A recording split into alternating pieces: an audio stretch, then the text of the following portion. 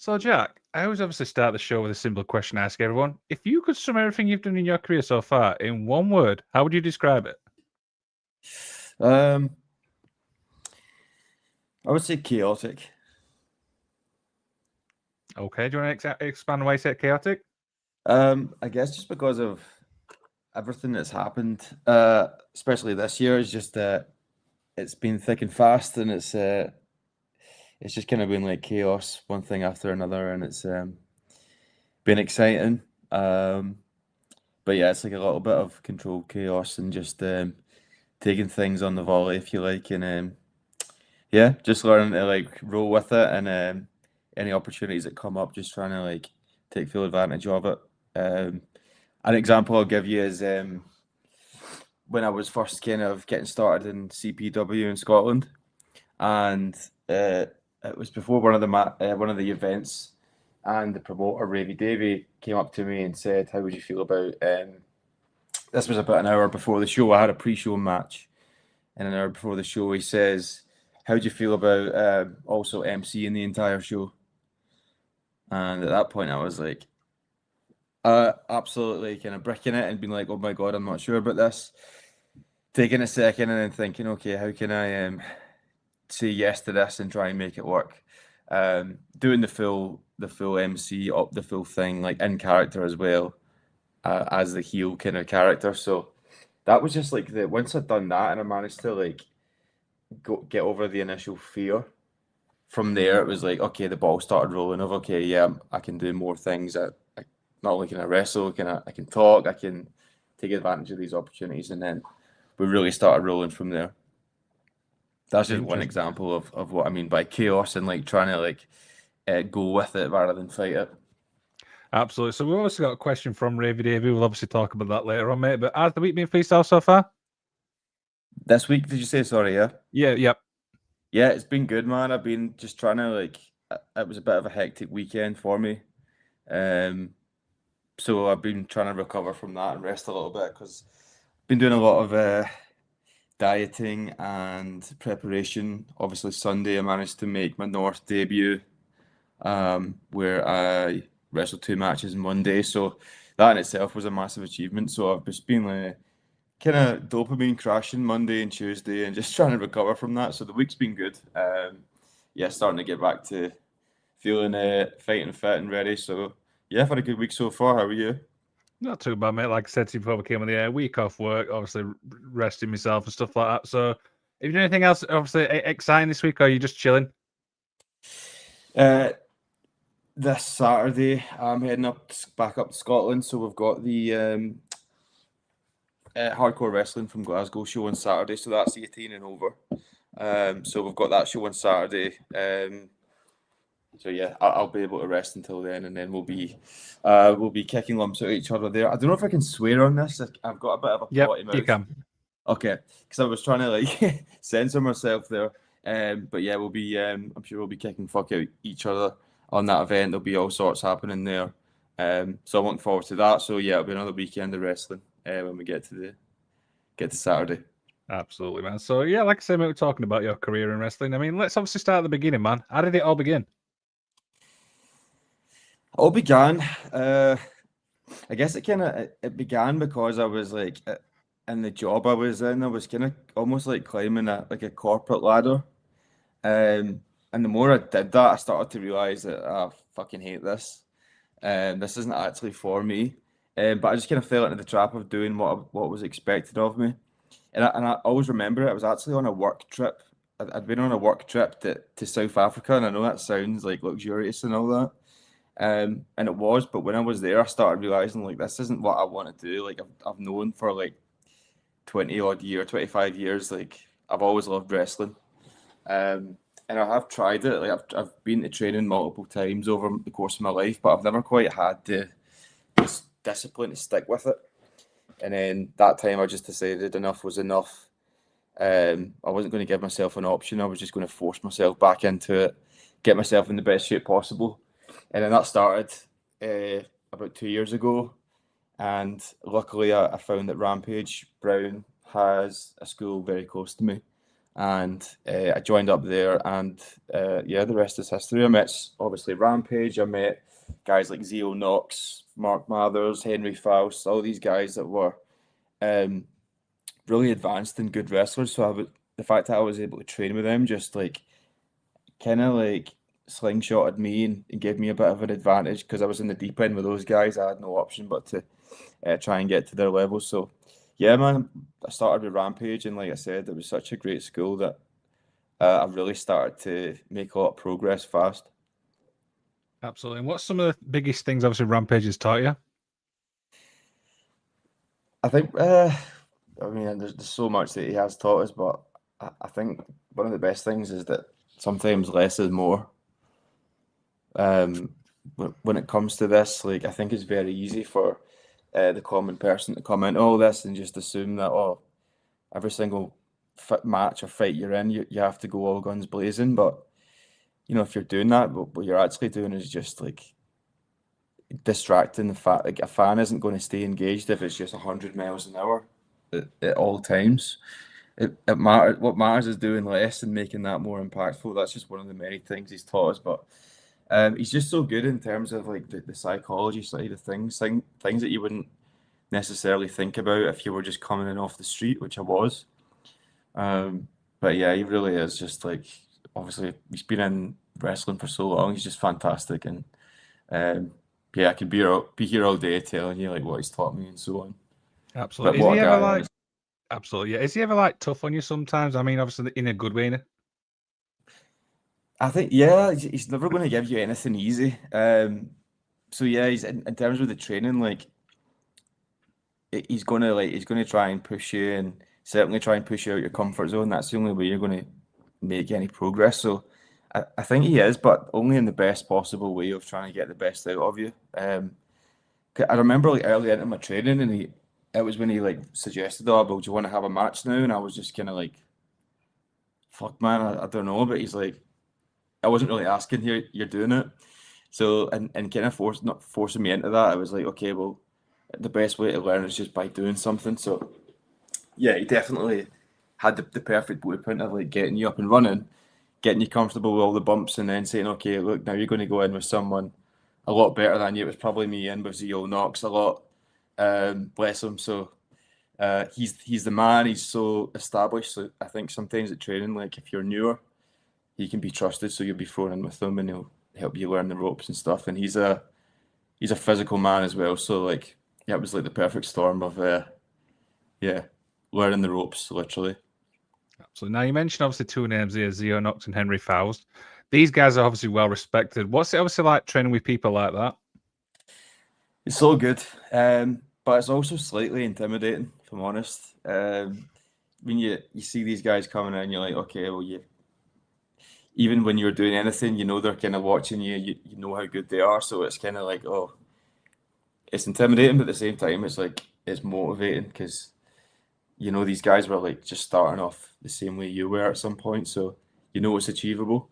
And then getting to know them and like having them around to like ask for advice or like them always being on hand as well to like to give you their perspective and stuff and feedback. But honestly, just brilliant, man. Like it's when you see guys like that come from a school, for a fact it's legit. So yeah, they've been really cool to be around when getting started and stuff like that. And like I said, being able to have training matches with these guys is like, when they're already show ready, that really does help your development early on too, because they know what it takes to be out there on a live show. But it's just so good to be in there with people like that at the start. Absolutely. So I'll talk about leading up to your pro wrestling debut, obviously at Win. Mm. Man, I don't think I've ever felt fear like that.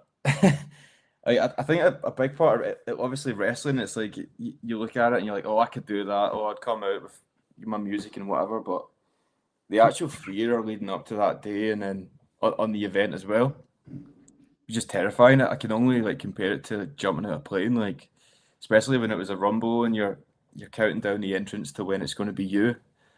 It's just it's just terrifying. Honestly, it's terrifying. But I did have the benefit of being in there with again Zio Knox, Mark Mathers. So I was in there with my guys, and I knew that they were going to be able to do something special. So even though it was terrifying, again, I knew it was ready, and you're going to have to take that leap of faith at some point, and then again, never look back. But yeah, it's a terrifying to go out there, especially when you really think about it. Going out there in your underwear is just so mental. But you do start getting used to it. But the lead up to the win debut, obviously, I was buzzing to be on that show. Such a good company. So to be there as my debut, I was like, fucking hell, right, okay, pressure's on. So yeah, it was a decent little debut. Got in there. I think I was doing like a sliced bread and all these mad moves to Mark and Zio. Made a little bit of a impact there, but weird calling Zio. His name's Callum, but I'm calling him Zio because we're talking wrestling. But no, lead up to the win debut, I was terrified, and then after it, I was like, okay, I've got the addiction now. The adrenaline is just absolutely wild. I think that I definitely couldn't sleep that for after my first debut, man. It's like the adrenaline's just pumping, and I think I was maybe sitting lying awake till like 2 or 3 in the morning, just think like it's just so hard to sleep after it. But it does start to wear off eventually. The more shows you do. Was it more relaxing for you, obviously being in the ring, obviously with people you train with? 100%, man. Like because they knew like what moves I was able to do, and those two guys as well they're so absolute powerhouses. Are so strong, so they can really look after you and make you look better than you maybe are, especially Zio, because again I was throwing out a sliced bread. Majority that's all him. But yeah, like obviously I was able to get in there, and it was really good to just be in there with people that I was close to, and yeah, just so you can just trust them.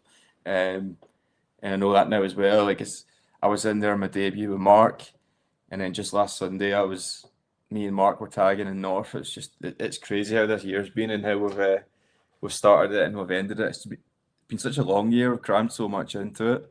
It feels like I've had about 4 years. I've done so much, but yeah, it's so cool being in there with people you're close to. Yeah. Exactly. I mean, it's your first year, man. You've been obviously so many debuts and stuff like that. You got to be proud of that, man, when you think about it.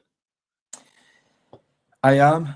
I really am. It's like it's hard to like process it all. It's just been coming thick and fast, and mind you, I have been working really hard at it. So I'm kind of happy. I'm almost relieved that I've been able to have such a fight, like a good start, cram so much into it, and basically trying to get as much experience as possible, because I do feel like when you're first getting started, you're like, oh, you want to be 5 years ahead, and obviously you can't do that faster than anyone. You can't do that faster than the way time goes, but cramming in as much as possible is what I've been trying to do, which is why it probably feels like the year's been so long. But yeah, man, I'm proud of it. I've just been trying to get myself out there, travel as much as possible, sacrificing a lot of time, putting the miles in, man. Absolutely, and stuff like that. So one of the promotions obviously you do work for is Community Pro Wrestling. How did this obviously all start? Started from so in summer I went to there was at Budapest, so the Budapest like pro wrestling company, I think it's called HCW, for Hungary. And it was basically all some of the best coaches in Europe. So it was like Robert Dreisker from WXW, Connor Mills, Brendan White, people like that. It was a wrestling camp in Budapest, and again, because I was just like desperate to try and get as much experience as possible, train with as many people as possible, flew myself over there myself, and that's where I found like Ravy Davy, big strong man, Nick Justice, Big Ross, all these guys from CPW. And when you're over in a foreign country, like I guess just something about like obviously Scottish and British people. If you meet them, you're instantly going to click, especially the Scottish. So I ended up like because it was all dorms and rooms and stuff. Ended up sharing rooms with those guys, and then honestly we got on like a house on fire. By the end of the trip, it was like we'd known each other for years. So David said like next time I was up, give him a shout, and I did. Obviously, my mum still lives in Scotland. I'm based in Newcastle now, but I can go to and from my mum's whenever I want. So I was able to go back there and like really start getting into the roster throughout summer. Like CPW do a lot of like summer shows and festivals and stuff like that. So made myself available as possible, and yeah, the ball was just rolling from there. I ended up meeting guys like the Wanderer and Brian Mojo. Ended up joining a faction with those guys who I'm now in with. Wanderer is the CPW heavyweight champion. And yeah, ended up being like regulars on the CPW show. So it all started from us all meeting in Hungary, and then stayed in contact ever since, and then really started getting on with all those guys. And yeah, we started working a lot together, and it's been really good so far. And actually, one of the fan questions is from Ravy Davey, and he says, "What does he think of his time in CPW so far?" Honestly, I've absolutely loved it. I think I've heard people talk about like the wrestling homes and stuff. That's definitely my wrestling home in terms of shows. Like I've just fit in really well there. I get on with everyone so well. Obviously, being back home in Scotland as well, it's very sentimental to me. All my family and friends have like been coming together. Friends that haven't like seen each other that much in the past few years. They're all coming together to come to these events. So yeah, I've just loved it, and then obviously I've been able to get the chance to wrestle Ravy Davey, wrestle Grado, wrestle Tucker, all these guys that are just like fantastic, and being able to get in there, learn from them, hang with them as well, keep up. It's been such a cool experience, man, and it's just such a cool promotion to be around, and the fans are very into it. So it's been great to get out there in front of these fans, and you can really see what works and what doesn't. They're so engaged, they're so committed as well. They pick up who's who very fast. The shows are like so frequent. There's so many shows that they just learn who everyone is. They become passionate about who they want to see, who they love, who they hate. So it's been so good so far, and I really enjoy working with CPW. So again, that's where I'll be on Saturday at CPW's like over 18s event, and then we've got another event there. Another Friday in December. It's a ladder match, so I'm kind of excited, but at the same time I'm not, because I know I'm going to get a fucking sore one at some point. I'll end up going through a ladder or something, but it's all part and parcel, man. Like the child version of me watching Jeff Hardy go through all these ladders. I've got to do it for him, man. I've got to go through a ladder or something, and then I'll know. Okay, I don't have to do that again. Don't want to do that again. Absolutely. So, talk about the Entourage. How did that come about? And the Entourage came about when basically the Wanderer, who is CPW heavyweight champion, I think he recruited Brian Mojo and then a guy Danny as well. Danny ended up injuring his knee quite badly, and I think they needed a replacement. This is when I just kind of started coming onto the scene, and I was making a lot of events for CPW, making a bit of an impact, becoming more regular in the roster, and doing a bit of talking on the mic as well. And that's when Wanderer just kind of approached me and said, like, how would you feel about joining us? And I said, definitely, let's do it. And yeah, the rest is history. But I got on really well with both of them. And the Wanderer, he's good on the mic. He loves cutting a promo, but I think it's nice for him too, because he can kind of share that workload. I can get on the mic if he needs to, if he wants to rest his voice. But yeah, us three would just really get on as well. So it's been good for us to kind of like get to know each other as a faction and grow from there. And obviously now me and Bri are we're going to go to Ireland in December as well to try and win back the CPW Tag Team Championship. So it's just been so cool getting to know the guys, but like really becoming friends with them, and we all just fit the mold quite well. Obviously, we're all confident, maybe a little bit arrogant, but I mean, I think we can back it up. So no, it's been so good working with Entourage, and yeah, long may it continue. Wander is also just became a dad today, so congratulations to him. Absolutely, man. So obviously, I told you this question before we came on the air, so I'm going to throw it at you now. For people obviously who's not familiar with Jack Carter, why should they go check you out? I think they should check me out because I'm real. I think you'll see a lot of you maybe see a lot of people in wrestling. I don't know if they're trying to pretend, there's something that they're not. I am real. I am me. Everything I do in the ring, all my character stuff is me. I'm the opposite of boring. That's how I describe myself. If you ever see any of my promos, you ever see me in the ring, I'm going to make sure it's entertaining. I'm not going to hide, and it's not going to be boring. I'm fresh. I care about this. I'm in good shape, and I can go. Yeah, so if you want to be entertained, that's why you should check me out. I'm saying natural heel here. Is this fair with you? That's fair. So I've just got that impact that Joe, when you said that, then I'm like, yeah, he's natural heel here. You could, yeah. I think, yeah, there's a little bit of truth in that, definitely, man. Absolutely, man. So we'll obviously knock the other fan questions out. Another one come from another guy, obviously in Newcastle, a keg stacker. It says, how did you come up with your name? Brilliant, yeah. So in training and stuff, guys would say, "Oh, here's handsome Jack," and it continued because there's a few Jacks around the area. There's a few Jacks that train with us, all with different names, so it's like hard to kind of differentiate. People started calling us Handsome Jack, and I wouldn't say it kind of started to stick, and then I just started thinking, well, why don't I just go with that? But then I was like, I don't know. I don't know if I want to walk around calling myself that. But then I realised that, well, it's wrestling, so fuck it. So yeah, it just started from people such as Keg Stacker and other people calling me it. And I just said, you know what? If everyone's calling me it already, let's just go with it. And then I know that there was a Borderlands villain called Handsome Jack. He was somewhat iconic as a villain. So I was like, you know what? Let's just go for it. And we'll see how it goes. But yeah, it's got a ring to it, so I'm quite happy with it. Interesting. So the next one comes from the boy Saviour. Dream indie title from any promotion. Did you say dream indie title? Yes, that's exactly how he's worded it. Dream indie title from any promotion. I think I'll go for the CPW Tag Team Championships, which I am fighting for on the 6th of December. Okay, straight. Yeah, I don't know if the boy Savior, I don't know if he's based in Ireland, so you might even get to see me win that one. So yeah, we'll go with that.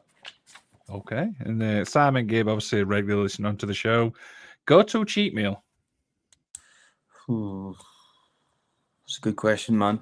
Honestly, because it's so convenient, probably just McDonald's or KFC or Greg's. I mean, I do love a cheap meal or Indian. I mean, I just love eating all food, especially when you're starving yourself most of the time. There's four answers for you. There you go, Simon. Hope he answers your question. The second part of that question was, if you didn't get into wrestling, what would you do? Yeah, that's a good question. Probably nothing. Probably just go about my job and sit and I don't know, sit and watch TV. To be fair, like recently I've started. I used to skateboard when I was a lot younger, so maybe I would try that because I don't want to do that now because I'll just get injured and then not be able to wrestle. So maybe I would try skateboarding or something like that. Okay, I love that. So, what's something in wrestling that fans will never understand? Obviously, because now you're involved in wrestling. Mm-hmm.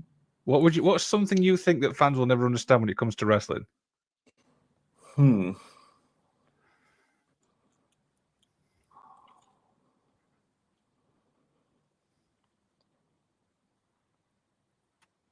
guess just the pain. I guess it's the pain of everything that can happen in a match. Understanding that you could be watching a match and like you could be sitting critiquing it or saying like why is this a certain way, but some of the things that can happen in a match where you get injured and you, for instance, like there was a match where I was catching a dive and I've completely sprained my wrist. The way that I tried to catch the guy, I had my arm in such a position that like it just bent my wrist back and it completely sprained it. From there, like trying to throw a strike in the rest of that match just would have looked so ridiculous. So I think if a fan was watching that, they would probably be thinking to themselves, man, that guy's shit at throwing punches. What they don't understand is I've sprained my wrist 5 minutes beforehand. So I think like sometimes maybe just not like kind of really understanding the pain that you can go through with this.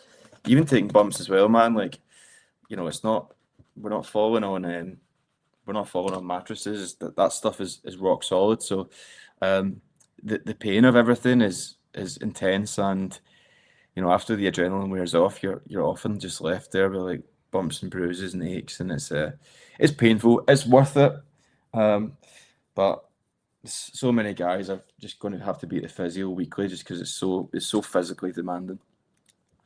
I presume you've not had many injuries in this year.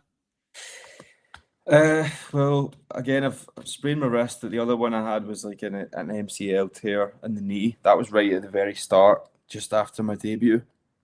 So I was out for about two months or so, and that was just awful. Like, and it was throwing a punch in the ring. It's when I was in training. It was just the way that the way that I stood in the ring, my knee just kind of collapsed almost, and it was just a straight tear. So I had to go to physio for 2.5 months for that. Um, and then comes like the mental difficulty of it because you're like, you can't wrestle, you can't necessarily go to the gym, and you've gone from, being so involved to then being stuck at home. Like, that's then becomes like more of a mental thing that you have to kind of get through than physical, which is also just so difficult. But um, of course, the motivation to get back wrestling gets you through it. I was just about to say, obviously, how did you deal with the mental aspect? Because obviously, there's physical and mental when it comes to wrestling. You've obviously talked about that. So, how did you deal with the mental side of it? Um, it was hard. I started drinking again. No, not drinking too much, but I think one part that helped me was like actually just going back to training, just still being involved as much as possible.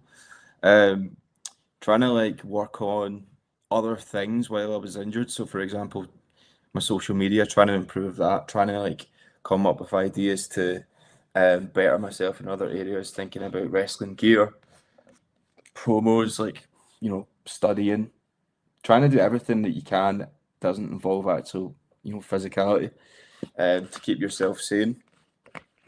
But yeah, it's just shit trying to get through it. But and obviously just like supporting, getting your friends and family to support you also helps too. But it's hard going. But we got there in the end and we got back, so we're fit now, which is good. Absolutely. You mentioned obviously the social media side thing. There's obviously good parts with that. There's also bad parts of that, but it's one of those things, isn't it? Do you know what I mean? It helps you out because it helps you, like, get promoted out like the wider area, if that makes sense. Yeah, yeah, yeah. I mean, I think it's obviously like you see some accounts now in the UK and they're just booming like PPW, like some of the reels and stuff they're posting, they're getting like millions and millions of views. So it's definitely a tool you can use. Um, and in terms of promos today as well, like the promos that you can post, you're going to like pretty much ensure every single fan of a promotion is going to see videos you put out if you're tagging them. So it's such a useful tool, really, to like sell stories as well. Like I feel like it's underutilized a lot, um, which is really what I'm trying to like specialize in now. I'm trying to like any event I've got, I'm trying to I'm trying to get a story out there for people to invest in. Um, so yeah, I think social media is really good. I mean, if it's like the best thing you can do in terms of promos just now. If you want to sell matches, if you want to give people a bit of a sneak peek about what they're going to see at a show, you got to be on there and promoting the show with videos and skits or whatever. There's so much you can do with it. Absolutely, absolutely, man. So, have you faced much criticism, obviously, in your career so far, and how did you deal with it?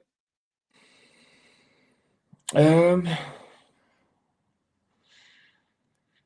I wouldn't say criticism, no. I mean, obviously you get feedback and so on. I'm not trying to be a pure heel here, saying I've never had any criticism. Um, but obviously I've had a lot of feedback and stuff, which is great. In terms of criticism, maybe I've had some that have just not had directly to me. Um, but in terms of feedback, yeah, you get feedback all the time. I wouldn't say I've had any criticism so far. Um, but yeah, in terms of feedback, you're always getting feedback from coaches, other wrestlers, established wrestlers, and that's how you improve. And I'm always open to feedback as well. So no, I wouldn't say there was any criticism really. Okay, okay, interesting. So, And if there is, I've before, forgotten about it. so before obviously you go out and perform, man, how do you get yourself like psyched up? Oh man. Well, probably before the event, right? I'll probably sit and like force myself to watch David Goggins videos, screaming at me like "Stay hard," because you're just sitting there and you've got like the worst. Sometimes you've got stage fright, you're anxious, psyching yourself up. I guess it's like listening to music or like watching like videos, but I find as well that like once you're like there with the boys and like you're able to like speak to them and like there's so much camaraderie that that really does help you get in the zone as well, and it does help you calm the nerves because they're all in the same position as you. So it's strength in numbers, and it's such an enjoyable community to be involved in. Like everyone is so focused on like doing the best possible job. It's like a collaboration as well, but I guess I don't have to worry as much anymore about getting myself psyched up because like the people that I'm around are such good friends now and so on. It's like I just look forward to the process. I look forward to every single part of it, coming up with ideas, being as creative as possible. So, but in terms of getting psyched up, just music, man, just loud music in the ears, and caffeine, of course, Monster, coffee, whatever you've got, that'll get you going. What's the go-to Monster flavor? Oh man, well. To be fair, I used to drink a lot of White Monster. I left it for a while, but now I'm back and I'm loving it. I also like Monster Zero Sugar. I like the Peach Monster. That's it. I don't really branch too far away from the OGs to be fair. I like the punch one. That's probably my favorite. Oh, do you? Okay, Yeah. nice. I also love coffee. Can't beat some coffee, right? Oh man, perfect. Absolutely. So let's turn that question 180 and stuff like that. I mean, how do you wind down after a match? I don't know.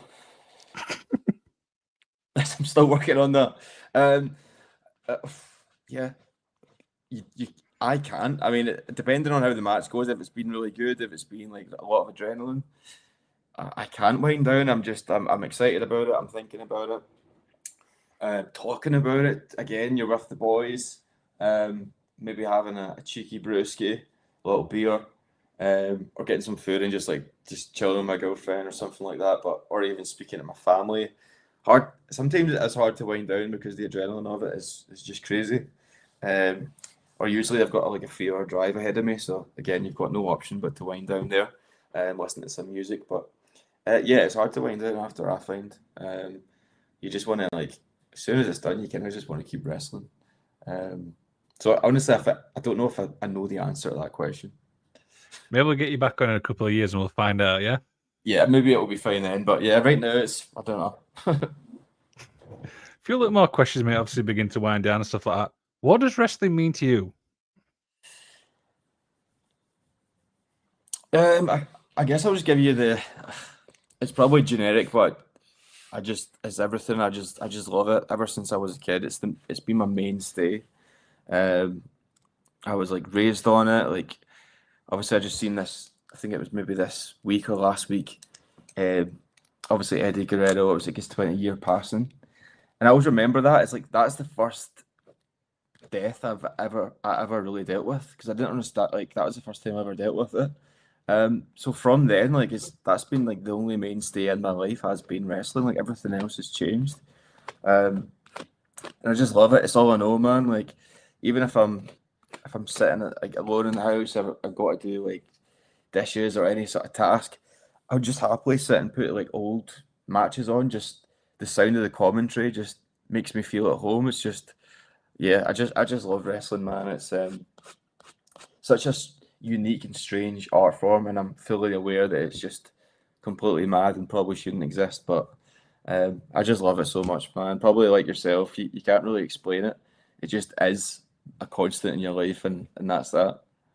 To pick on something what obviously you said throughout, it's the community, do you know what I mean? The Mm, people you meet, your people at shows, the people you talk to behind the scenes. The whole community is just incredible, let's be honest. 100%, mate. And what I love about it as well, in terms of community, it's like-minded people.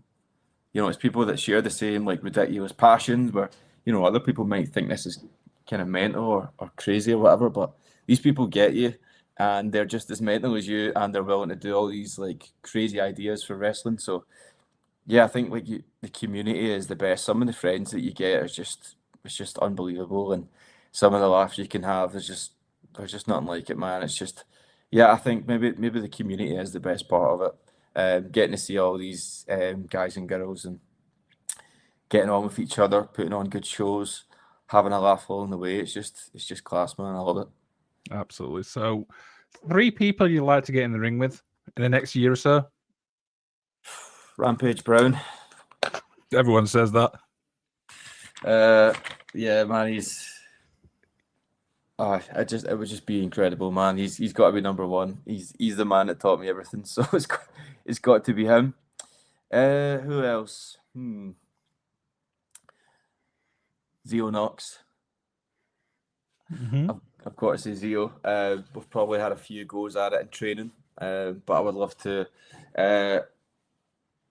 Yeah, I'd love to have a proper, maybe like a one-on-one singles with him.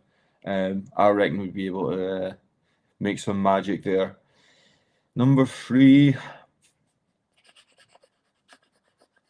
I'm really thinking about this.